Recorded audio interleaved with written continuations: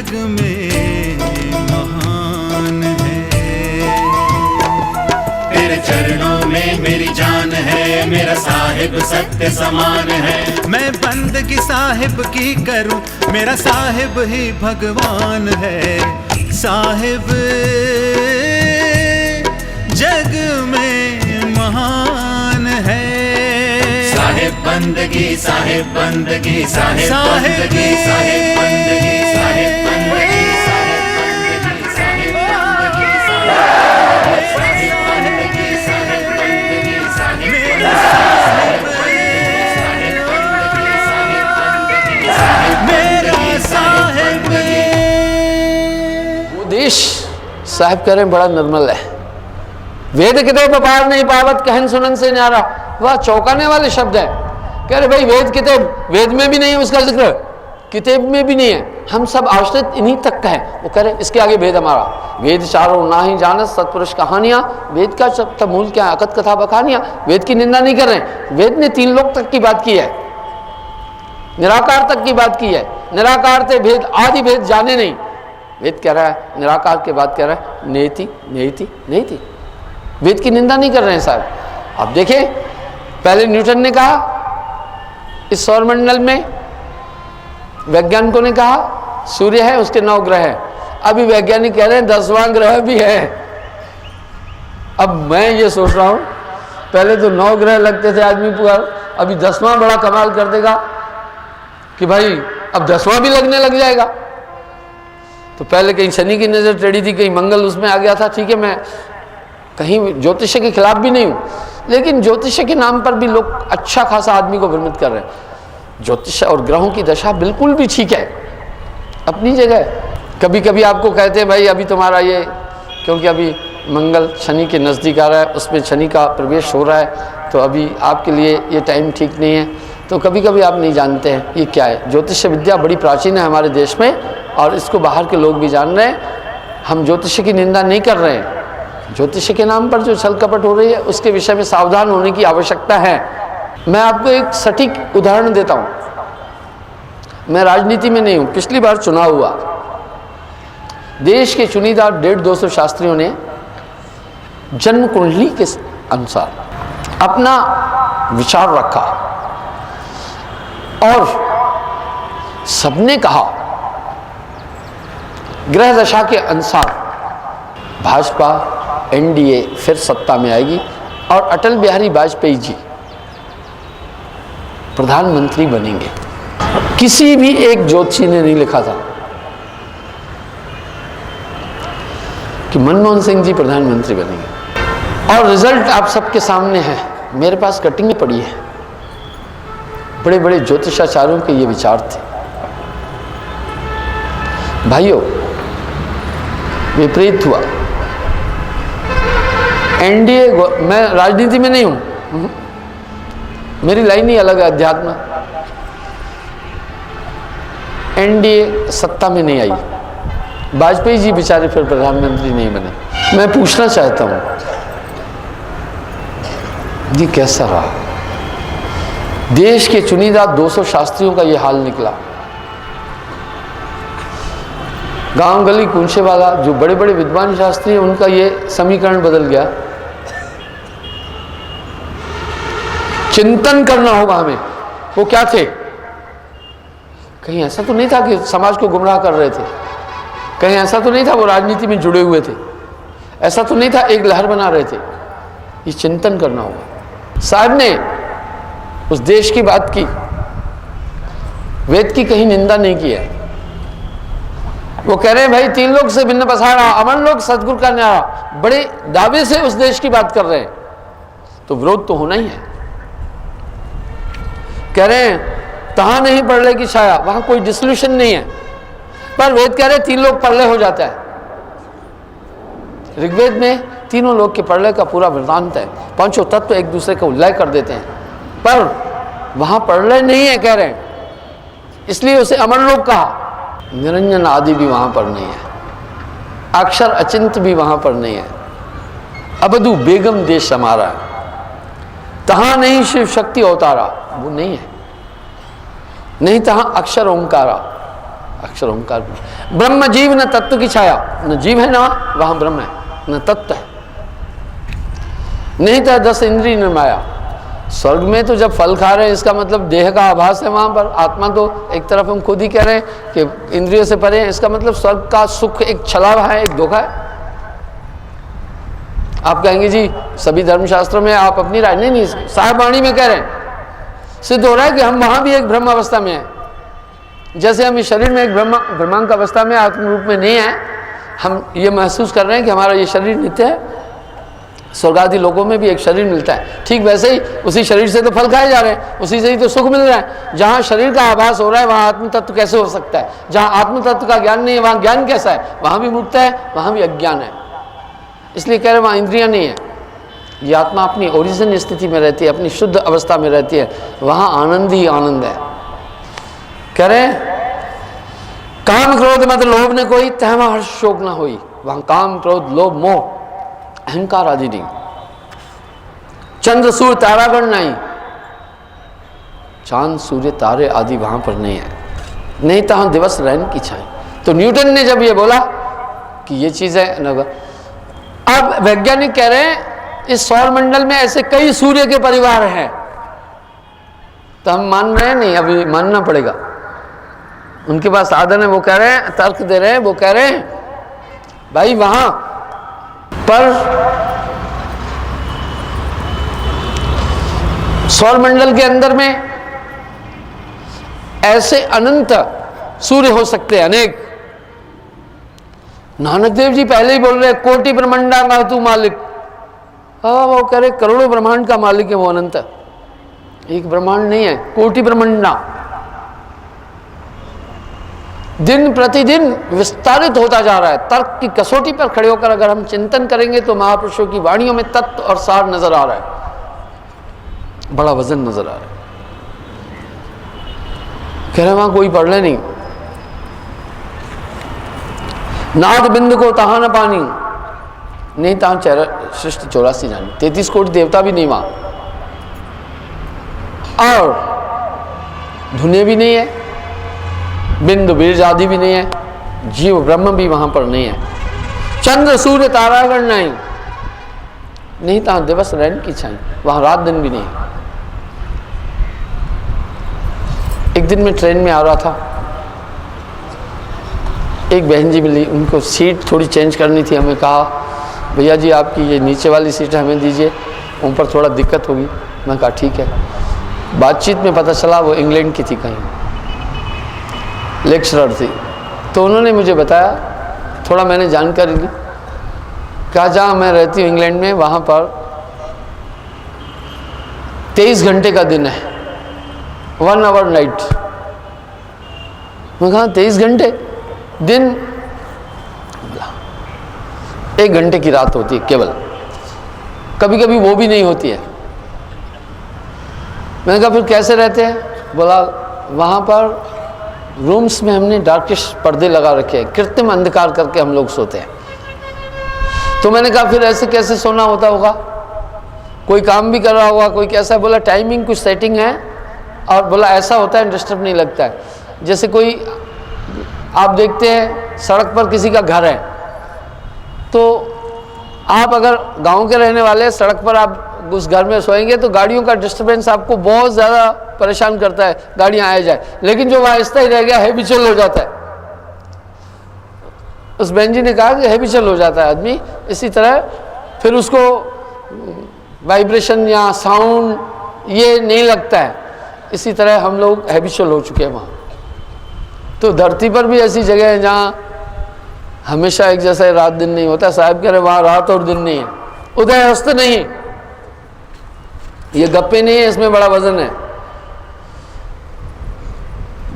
ज्ञान ध्यान को तहां ने देखा, पाप पुण्य तहमा नहीं देखा, ढार मूर्त है वृक्ष न छाया, जीव शी तह काल न काया। 6 तरह के जितने भी शरीर है वहां पर नहीं है, काल नहीं, काया नहीं। पवन न पानी पुरुष न नारी, हद अनहद तह ना है विचारी। साउंडिंग भी नहीं है, हद अनहद भी नहीं है, पानी का स्वाद खारा।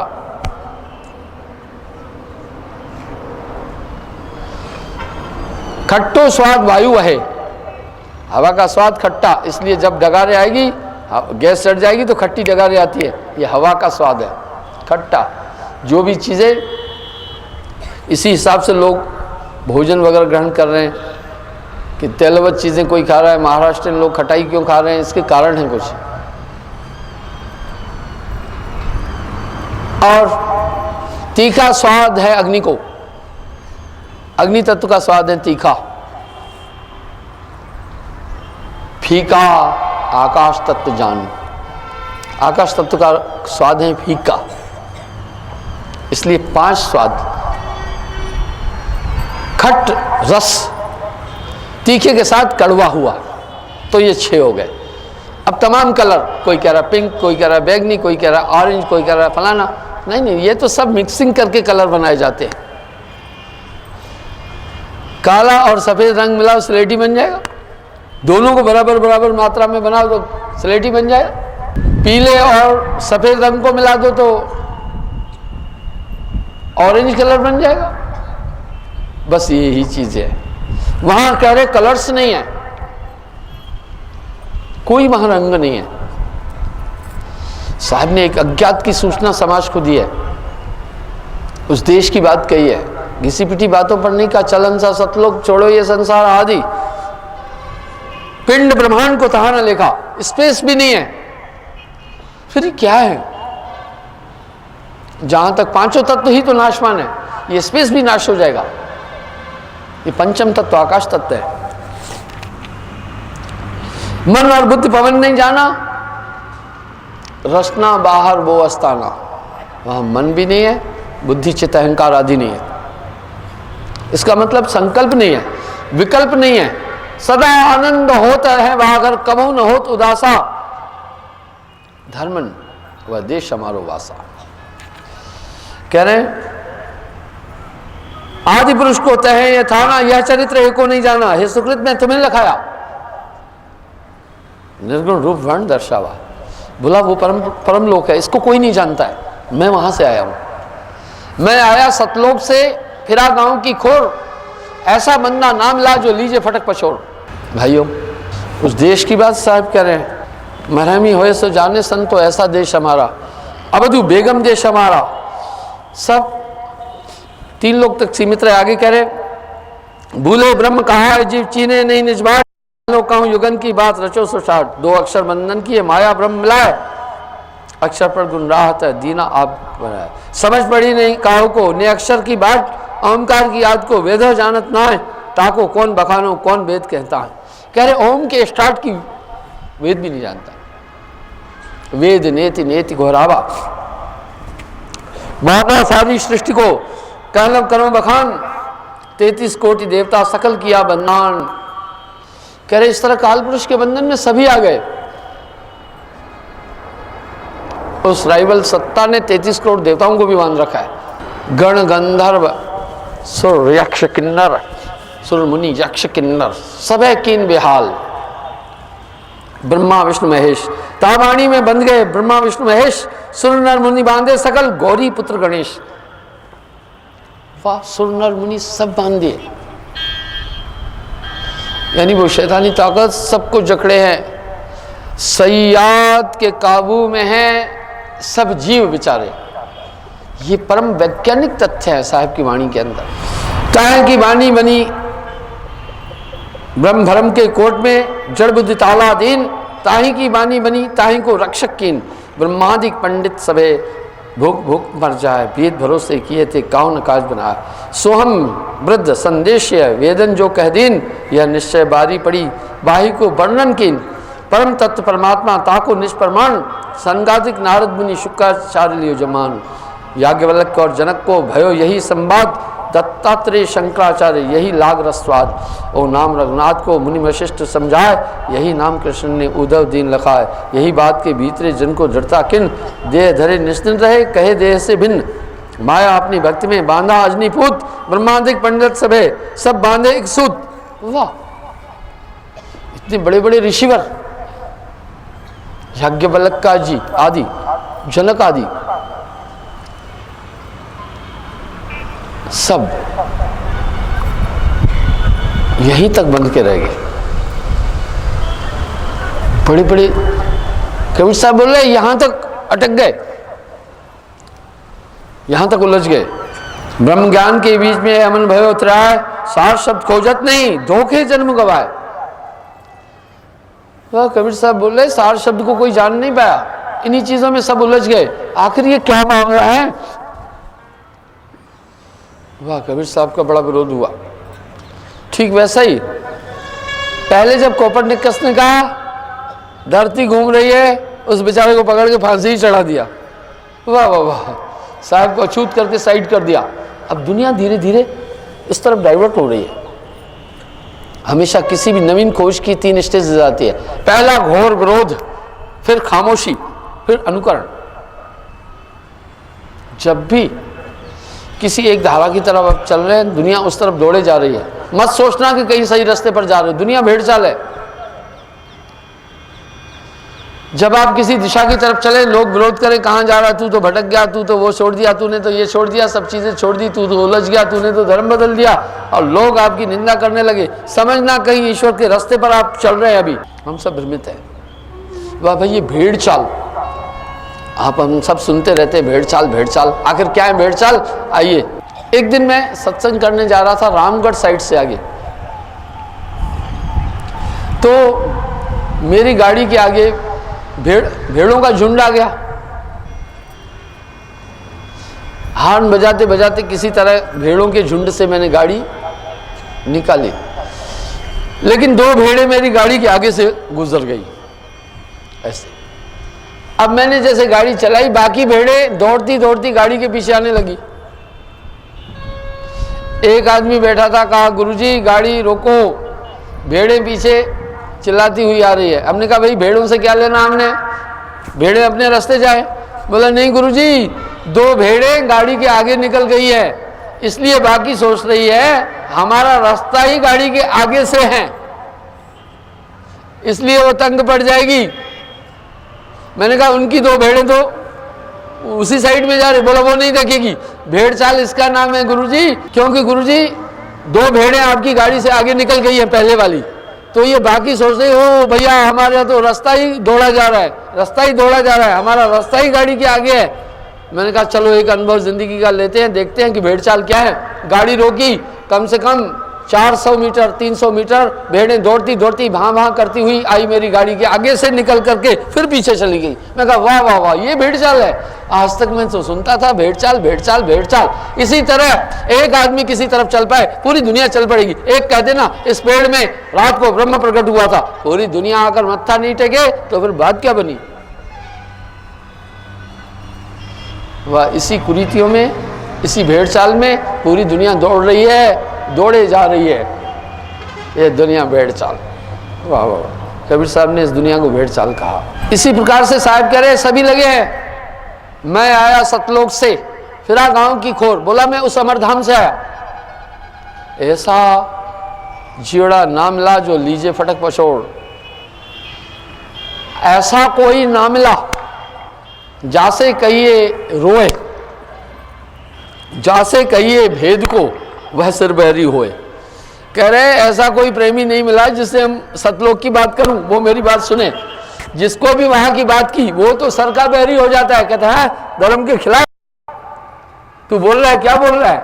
वो बोला सर काटने के लिए तैयार हो जाता है। इतनी कुरीतियां और भेड़ चाल इस दुनिया के अंदर, कोई अपनी डगर छोड़ना नहीं चाहता है। एक बहुत बड़ी बात दुनिया की और मिलती है, जिसने खंबे को पकड़ा है कभी नहीं हटना चाहता। यही है सब कुछ।